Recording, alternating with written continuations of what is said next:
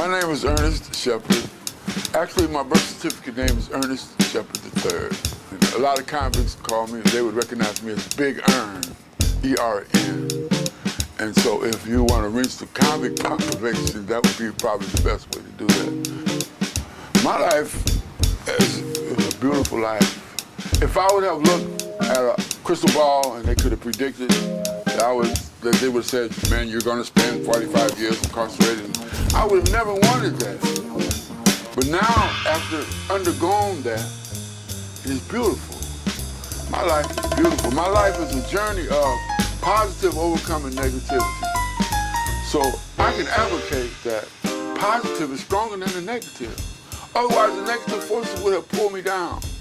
I went through all the extreme negativity that California could produce. I went through the worst prisons, the toughest prisons, the worst hellholes, the holes, the death traps, you know, that California could have produced. One of my vows was that I'm not going to submit to the negativity, because I understood that negativity was a contradiction, and it didn't go on, but the positive forces went on and on and on. I needed some kind of relationship with life, or nature, spirit, or energy, whatever you want to call it, that was strong enough to sustain me through my journey. Knowing Ern, since the beginning, it's been a blessing to have him here, because he's taught the youth how to heal in a very holistic way, and Big Ern brings that. So in terms of transformative justice, him coming back and talking to the youth, giving himself to the youth, basically, giving them classes, mentoring and stuff, that to me is transformative justice. When you have somebody who had a life sentence or who spent more than 10 years locked up, and then they come back and they're actually giving a lot to their community, that to me says a lot to where we need to go, the direction that we need to go.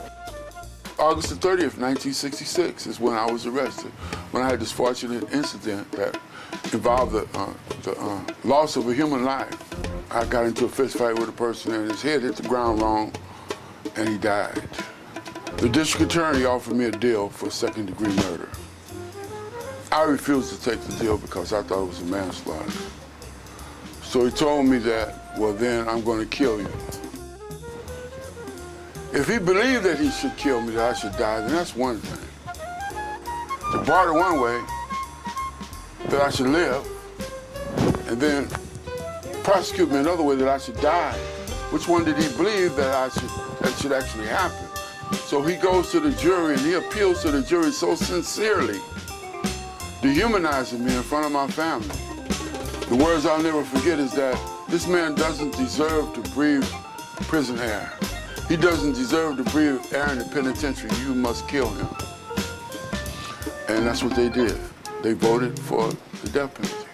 I am a liver of life. I've experienced life. I believe in life. And I'm aware that life gives everybody a second chance. If Mother Nature gave no one a second chance, none of us would be here.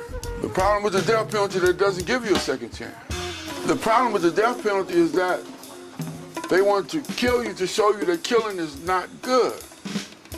The problem with the death penalty is if you kill one innocent person, who pays for that? Do you say, oops, I'm sorry? So the sanctity of life, where does that come into play? And what happens to the sanctity of life when they kill this person by mistake, and they kill this person by mistake because they create this awful apparatus that can do that? Because they're not perfect. No one is perfect. You know? So I had a fist fight. So what if they would have killed me? I wouldn't be here.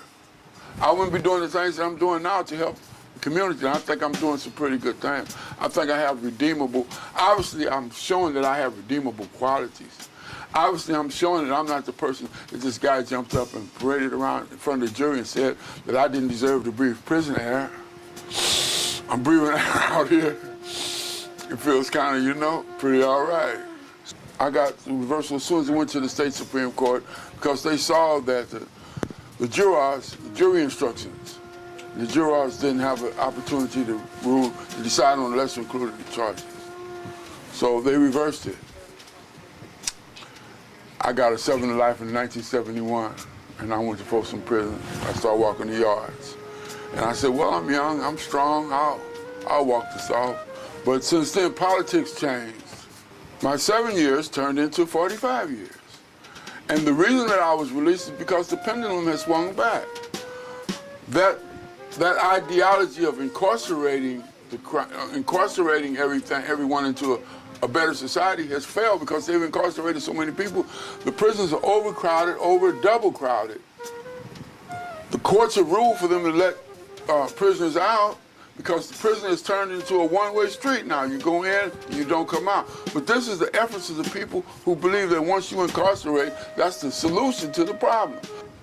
But we've shown that that's not the solution. That created a whole another set of problems. And it forced them to turn and say, no, we can't do that anymore. They physically can't do that anymore.